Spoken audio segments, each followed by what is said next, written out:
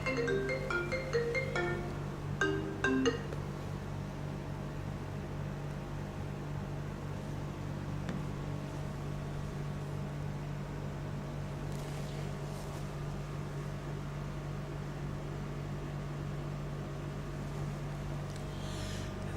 साथियों, स्वागत है आप सभी का अंकित इंस्पायर्स इंडिया पर। मैं हूं अंकित अवस्थी। आप हैं मेरे साथ में एक ऐसी खबर पर चर्चा करने के लिए जिसे हाल ही में बड़ी सुर्खियों में स्थान मिला है। साथियों, हाल ही में एक फिल्म जिसका टीजर और टीजर 2 महीने पहले नवंबर 22 में रिलीज हुआ था और ट्रेलर हाल ही में रिलीज हुआ है। एक फिल्म जिसका नाम है द केरला स्टोरी, जिसके ट्रेलर के आने से ही वो ट्विटर पर जगह पा चुका है, जिसके ट्रेलर के आने से ही लोग अपनी राय बनाकर उस फिल्म को देखने की कवायद करने लग चुके हैं। चर्चाएं होने लगी हैं कि क्या वाकई में केरल में सब कुछ ऐसा हो रहा है। ये सारी जानकारी आज के सेशन में हम आपसे साझा करेंगे, जानने का प्रयास करेंगे कि जो फिल्म के अंदर जो बातें कही गई हैं वो फिल्म की स्टोरी है या फिर कोई फिक्शन है या कोई ड्रामा है। साथ में ये भी कहेंगे, ये भी बताने की कोशिश करेंगे कि क्या जो इस फिल्म के ट्रेलर में दिखाई गई जो चीज़ें हैं उनसे रिलेटेड कुछ चीज़ें रियल में भी एग्जिस्ट करती हैं अथवा नहीं।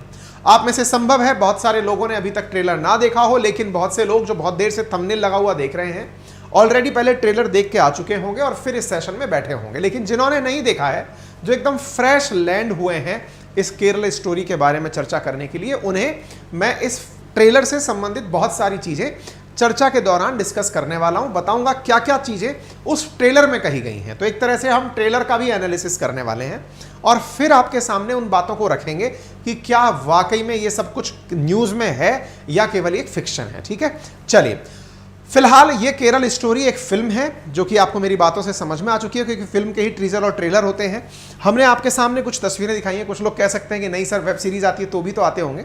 फिलहाल के लिए एक फिल्म है, केरल स्टोरी इसका नाम है। यहाँ पर कुछ तस्वीरों से आपको कुछ चीजें समझ में आना आसान हो जाती हैं। जहाँ एक हिंदू लड़की आपको दिखाई दे रही है, वहीं साथ में एक मुस्लिम लड़की बुर्का पहने हुए भी आपको दिखाई दे रही है। फिर यहाँ पर इन सबको संयुक्त रूप से एक साथ तस्वीरों में दिखाया गया है।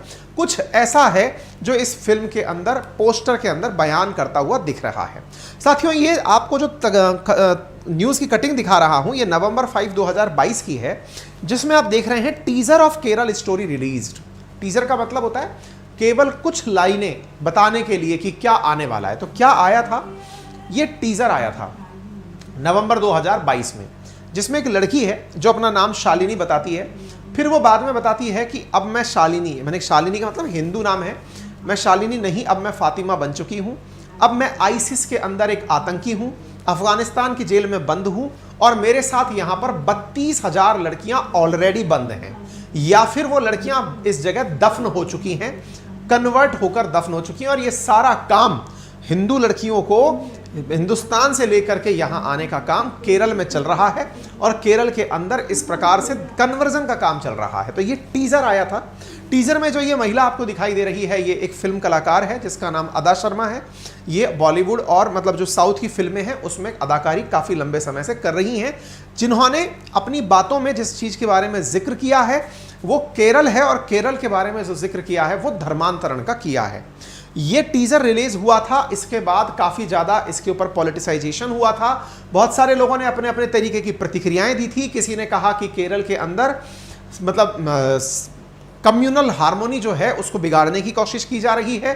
आरोप लगा कि सत्तारूढ़ जो पार्टी है केंद्र में, उसके द्वारा प्रयास किए जा रहे हैं कि दक्षिण भारत में उनकी सीटें नहीं आती हैं, तो ऐसी स्थिति में वहां पर सीट प्राप्त करने के लिए कम्युनल जो है, मतलब जो सांप्रदायिक जो भावना है वो लोगों के अंदर प्रसारित करने का काम किया जा रहा है। ठीक है, ऐसा लोगों का आरोप लगा।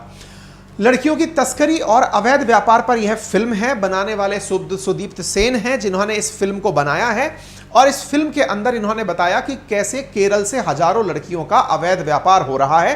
32,000 से अधिक महिलाओं का अपहरण हुआ है, ऐसा यहां पर बताया गया है। इसके टीजर के बाद में तारिक फतेह, जो कि अब नहीं रहे, उन्होंने भी उस समय इस पर ट्वीट करते हुए कहा था कि लोगों को इसे देखना चाहिए। ऐसे ही अभिजीत मजूमदार ने उस समय कहा था कि केरल में किस तरह से ये सब काम हो रहा है, लोगों को इसके बारे में पता चलना चाहिए। ट्विटर पर इसके पक्ष और विपक्ष दोनों में लोग उतरे हुए थे। नवंबर की मैं कुछ कटिंग्स दिखा रहा हूं, अभी अप्रैल की तो अब दिखाऊंगा मैं आपको। नवंबर की कटिंग्स में आप देखते हैं जब इसका टीजर आया था उसी समय पत्रकारों ने डिमांड की थी कि इस फिल्म के ऊपर जो मतलब बनाने वाले मेकर्स हैं उनके ऊपर केस किया जाना चाहिए। साथ में केरल स्टोरी के केस में वहां के एक एमपी ने, केरल के एक एमपी जिनका नाम है जॉन ब्रिटेन, उन्होंने केंद्र को लिखकर कहा कि इस प्रकार के जो टीजर हैं इनको इमीडिएटली लुकवाना चाहिए क्योंकि ये केरल की सांप्रदायिक सौहार्द को बिगाड़ने वाले हैं। इस टीजर के आने के साथ ही 32,000 लड़कियों का मामला सुर्खी पकड़ने लगा था कि क्या वाकई में केरल से लड़कियां आईसिस में साझा होने के लिए गई हैं। ये सुर्खियां यहां पर चलने लगी थी, लेकिन बहुत सारी जगह यह भी मांग होने लगी कि इस तरह का जो प्रभाव है, इस तरह की जो बातें हैं वो सांप्रदायिक सद्भाव को बिगाड़ने के लिए है, इसलिए ऐसी फिल्मों को बैन कर दिया जाना चाहिए। तो दो धड़े बन गए थे, दो पक्ष बन गए थे, ठीक है। इसके चलते हुए केरला के जो डायरेक्टर जनरल ऑफ पुलिस हैं, डीजीपी जो हैं, उनके द्वारा केरला पुलिस को आदेश दिया गया कि इस फिल्म के ऊपर केस दर्ज की जाए। पुलिस के द्वारा प्रिलिमिनरी इंक्वायरी करके इसके ऊपर जो आवश्यक कार्रवाई करनी थी वो नवंबर 2022 में ही कर दी गई। नवंबर निकल गया, सारी घटना निकल गई। एक दिन पहले आप यहां पर मेरे साथ में इस खबर को देख रहे हैं, आप यहां पर सनशाइन पिक्चर्स नाम से एक यूट्यूब चैनल देख रहे हैं जिस पर केरल स्टोरी नामक ऑफिशियल ट्रेलर है। किसी प्रकार का कॉपीराइट ना आ जाए इसलिए हम उस ट्रेलर को नहीं चला रहे हैं, लेकिन उस ट्रेलर के विभिन्न पिक्चर्स को हमने स्टैंड स्टिल अलग अलग निकाल लिया है। उसके आने के बाद से यहां पर फिर से यह मामला उठने लगा है। टीजर और ट्रेलर में क्या अंतर होता है? टीजर कुछ सेकंड्स का होता है, ट्रेलर हो सकता है 2 मिनट तक का हो जो अपने आप में एक स्टोरी बता रहा हो। टीजर से बड़ा ट्रेलर, फिर ट्रेलर के बाद में फिल्म आएगी। फिल्म मई के प्रथम सप्ताह में आने वाली है और ट्रेलर के आने से अपने आप से फिर से एक चर्चा शुरू हो गई है कि क्या वाकई में केरल में धर्मांतरण हो रहा है, क्या महिलाओं को ले जाकर आईसिस के अंदर, इस्लामिक स्टेट और इराक और सीरिया के अंदर ले जाकर आतंकी बनाया जा रहा है, क्या धर्मांतरण का काम चल रहा है। फिल्म के जो डायरेक्टर हैं उनका नाम सुदीप सेन है और इसके जो प्रोड्यूसर हैं यानी जिनका पैसा लगा है उनका नाम विपुल अमृतलाल शाह है, ठीक है। फिल्म के जो कलाकार हैं उनमें अदा शर्मा बेहतरीन कलाकारी में है। केरल राज्य भारत के दक्षिण में स्थित है जिसको हाल ही में हमने वाटर मेट्रो के चलता भी चर्चा में लिया है, ठीक है। अब थोड़ा सा कल्चर यहाँ का जो है ना, डेमोग्राफी जान लीजिए। रिलीजन के आधार पर केरल में कौन सी जनसंख्या कितने प्रतिशत है। साथियों आपके सामने कुछ फिगर्स हैं। अगर आप हिंदुओं को देखते हैं, हिंदुइज्म फॉलो करने वाले केरल के मान्यताधारी लोगों को देखते हैं, भारत में जनगणना हर 10 साल के अंदर होती है। 2000 की जनगणना के अनुसार 2001 की जो जनगणना थी उसमें हिंदुओं का परसेंटेज केरल में 56.16% था, जो 2011 में घटकर 54.73% रह गया। यानी लगभग 2% का या 1.5% का जो है गिरावट दर्ज किया गया था हिंदुओं की जनसंख्या में 10 साल के भीतर। वहीं अगर मुस्लिमों की आबादी की बात की जाए तो इस्लाम अपनाने वाले लोगों की जो परसेंटेज है केरल में वो 24.70% है, जो कि 2011 में बढ़कर 26.56% हो गई। यानी एक प्रकार से 2% यहां पर सीधा सीधा 1.25% के आसपास इस्लाम को मानने वाले लोगों की संख्या में इजाफा हुआ है। और कहीं ना कहीं 2011 तक के आंकड़े हैं और 2021 के आंकड़े आने बाकी हैं। कहीं ना कहीं इस फिल्म के अंदर जो धर्मांतरण है उस पर भी ध्यान फोकस किया जा रहा है कि कहीं ऐसा तो नहीं हो रहा। क्रिश्चियनिटी मानने वाले लोग यहां 19% हैं, लेकिन उनकी संख्या में भी हल्का सा गिरावट दर्ज किया गया है। बाकी जो परसेंटेज हैं वो लेस देन 0.01% हैं, ठीक है। ये जो आपने डेमोग्राफिक परसेंटेज यहां पर देखा, इसी से ही प्रेरित होती हुई यह फिल्म है। जिस फिल्म के अंदर जो कहानी शुरू होती है एक महिला से शुरू होती है। वो महिला जो कि एक नर्सिंग कॉलेज की छात्रा है, वो जब नर्सिंग कॉलेज की छात्रा है तो उसके रिलीजियस बिलीफ को किस प्रकार से तोड़ा जाता है, यानी उसका जो अपने धर्म पर या हिंदुइज्म पर जो ट्रस्ट है उसको कैसे ब्रीच किया जाता है, उसकी पूरी प्रक्रिया कि धर्मांतरण करने से लेकर आतंकवाद में धकेलने तक की जो प्रक्रिया है वो कैसे होती है, वो इस फिल्म के अंदर दिखाई गई है। इसमें जिस शालिनी नामक बच्ची का जिक्र किया गया है, शालिनी उन्नीकृष्णन का, उसमें ट्रेलर में दिखाया गया है कि वो अपने माँ से काफी प्यार करती है। माँ उसको भोजन कराते हुए तस्वीरों में दिखाई पड़ती है। एक काफी अच्छे परिवार से है, लेकिन वही लड़की बाद में जाकर आतंकी बनती है, धर्मांतरण करती है।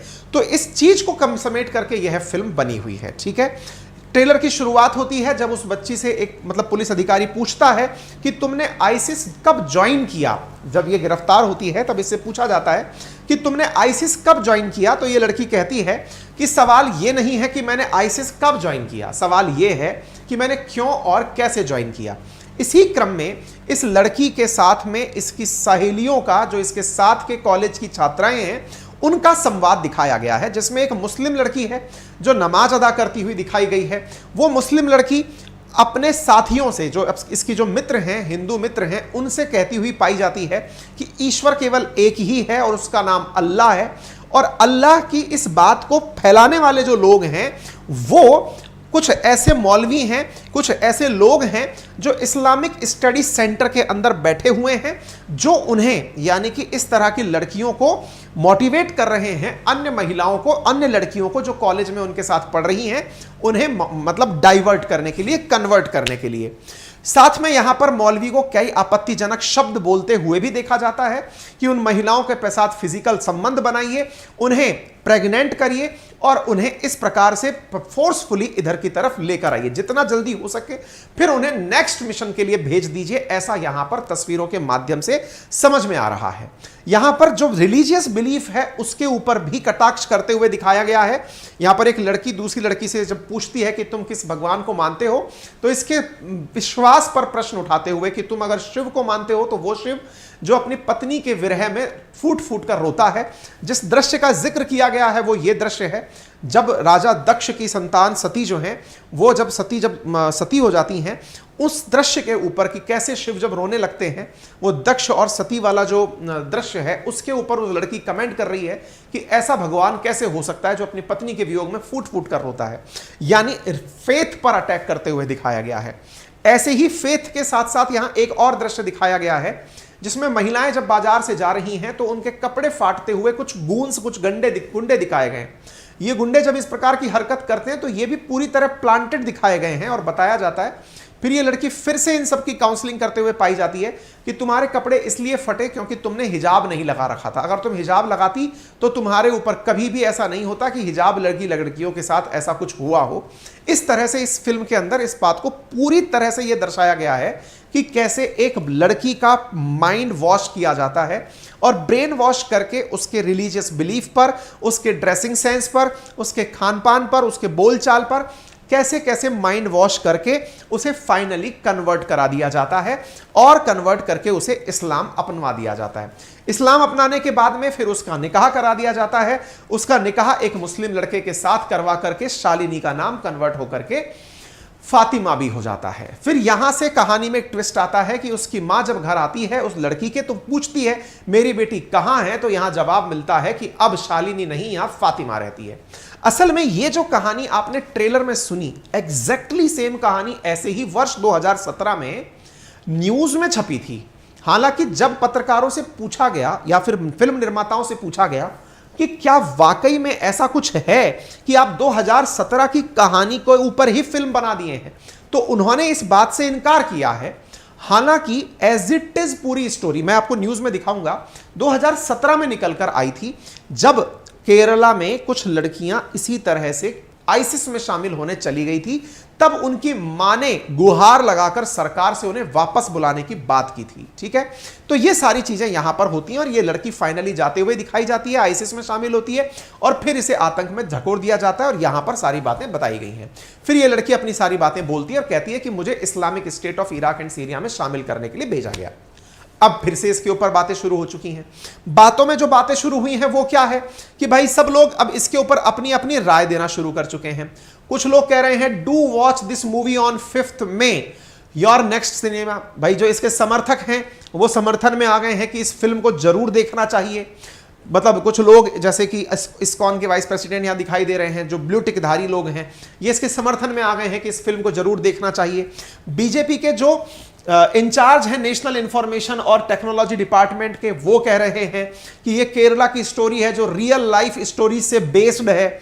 अब जब बीजेपी के इतने प्रमुख आदमी इस तरह की बात बोल रहे हैं, इसका मतलब है कि वो इस बात को एंडोर्स भी कर रहे हैं, यानी इस बात से वास्ता भी रखते हैं। ऐसे ही कुछ लोग इसके ऊपर रिवर्स अटैक कर रहे हैं और वो ये है कि आफ्टर ऑल बीजेपी केरला के अंदर सेफ्रनाइजिंग यानी कि भगवाकरण करने का प्रयास कर रही है। 130 लोकसभा सीट जो दक्षिण भारत से आती हैं उसमें बीजेपी 30 अथवा 25 सीटें ही कुल मिलाकर जीत पाती है, तो वहां पर ध्रुवीकरण करके सीट जीतने का प्रयास किया जा रहा है, ऐसा एक व्यक्ति ने कमेंट किया है।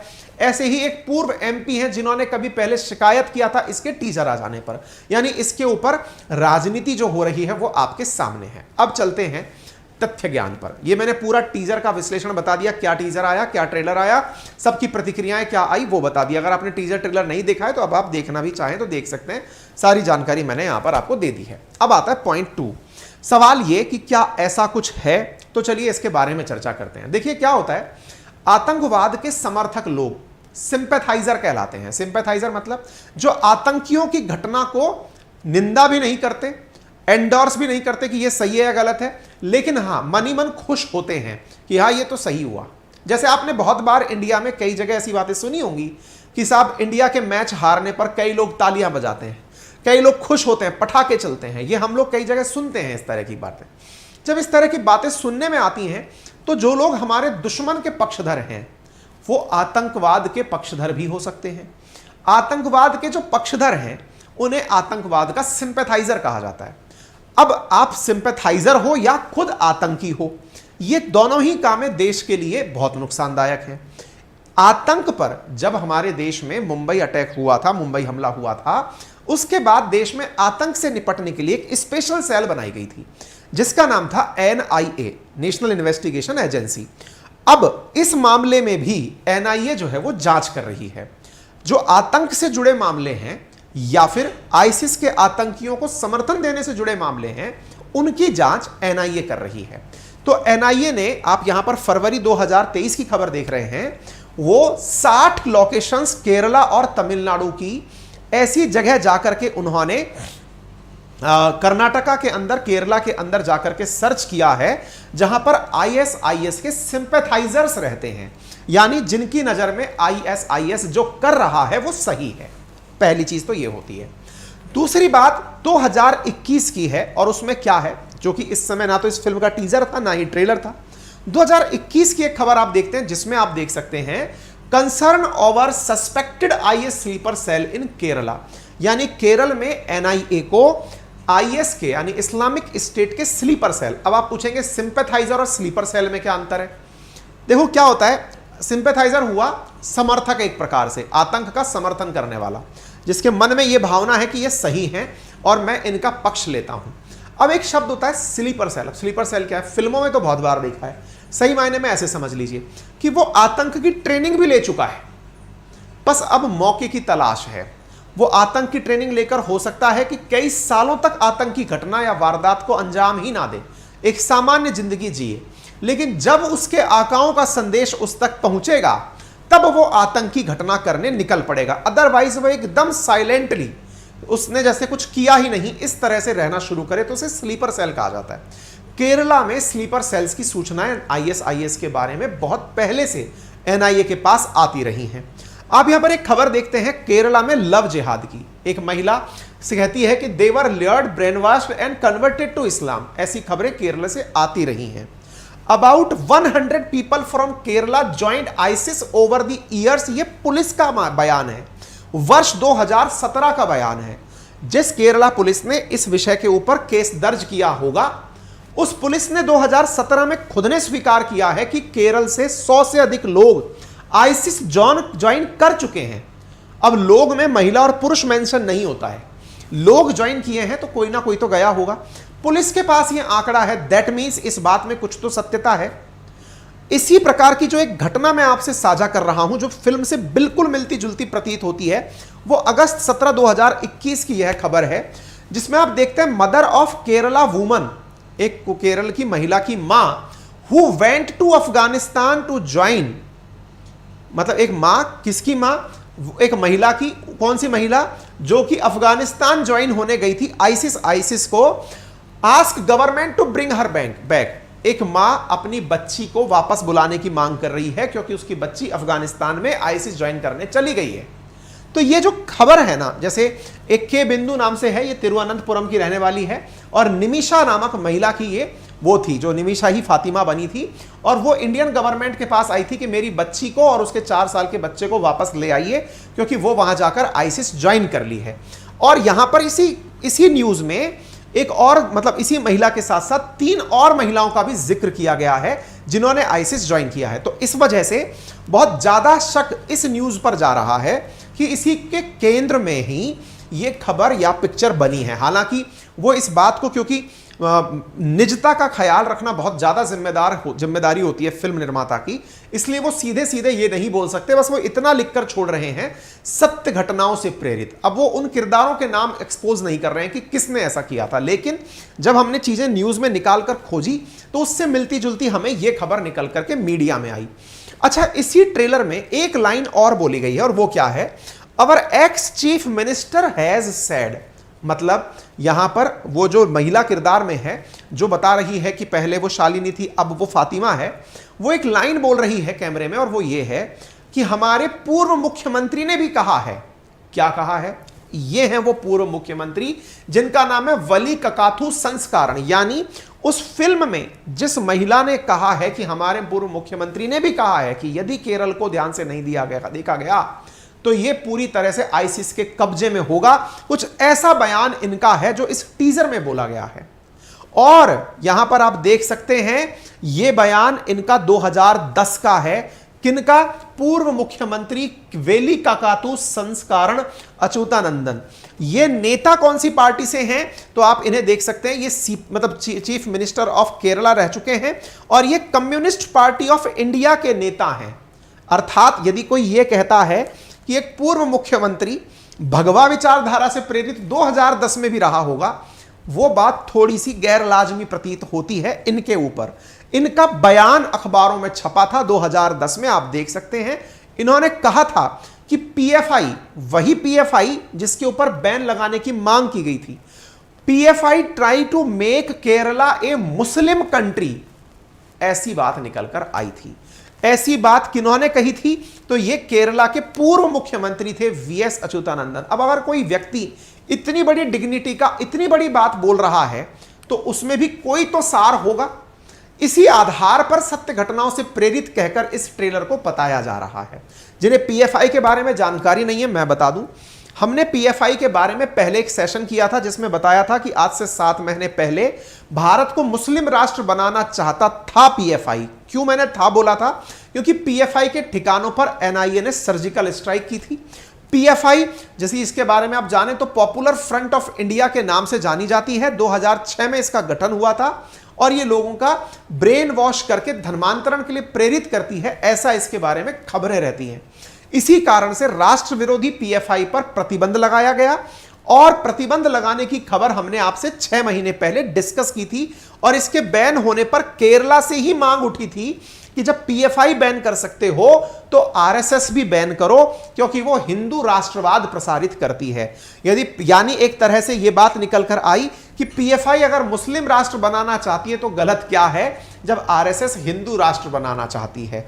इस प्रकार की मांगे उठ करके यहां आई थी कि पीएफआई को बैन करते हो तो आरएसएस को भी बैन करो। ठीक है, तो यह पीएफआई की कहानी हो गई, और पीएफआई के ऊपर ही उस मुख्यमंत्री ने आरोप लगाए थे। उम्मीद है आप सभी साथियों को ये बातें प्रॉपर तरीके से समझ में आ रही हो। ठीक है, तो इस फिल्म में जिन बातों को दिखाया गया है, उस फिल्म में बातों को दिखाने के पीछे निश्चित ही वर्तमान समय में चल रही घटनाओं का कोई ना कोई योगदान लेने का प्रयास किया होगा। लेकिन सिनेमेटोग्राफिक तरीकों में किस खबर को किस तरह से पेश किया जाएगा, ये तो आने वाला समय बताएगा।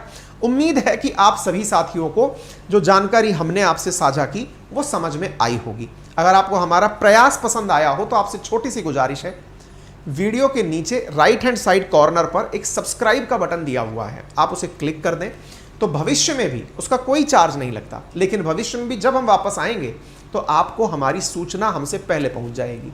और अगर आपने ऑलरेडी सब्सक्राइब किया हुआ है तो वीडियो के नीचे लाइक का बटन है, आप उसे शेयर दबा सकते हैं। और हाँ, कमेंट बॉक्स आपके लिए खुला है, जरूर कमेंट बॉक्स में अपनी राय जरूर बताएं।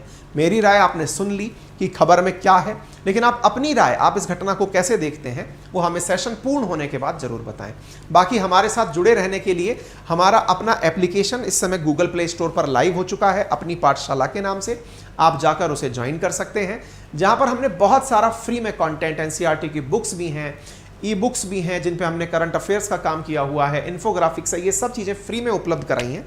और यदि आप में से कोई पढ़ाकू विद्यार्थी है जो पढ़ना चाहता है हमारे साथ हिस्ट्री, ज्योग्राफी, पॉलिटी, इकोनॉमी जैसे सब्जेक्ट, तो उसके लिए मात्र 1999 में पूरा फाउंडेशन कोर्स इसी प्रकार से बोर्ड के थ्रू उपलब्ध कराया गया, जिसमें मल्टीपल टाइम विद कंटेंट पढ़ा जा सकता है। वर्ड ज्योग्राफी और वर्ड मैपिंग हम खत्म करा चुके हैं। नया बैच जो है वो मई फर्स्ट वीक में आ रहा है। आपका स्वागत है अगर आप उसे ज्वाइन करना चाहें तो। फिलहाल के लिए इतना ही। अपना ख्याल रखें। धन्यवाद।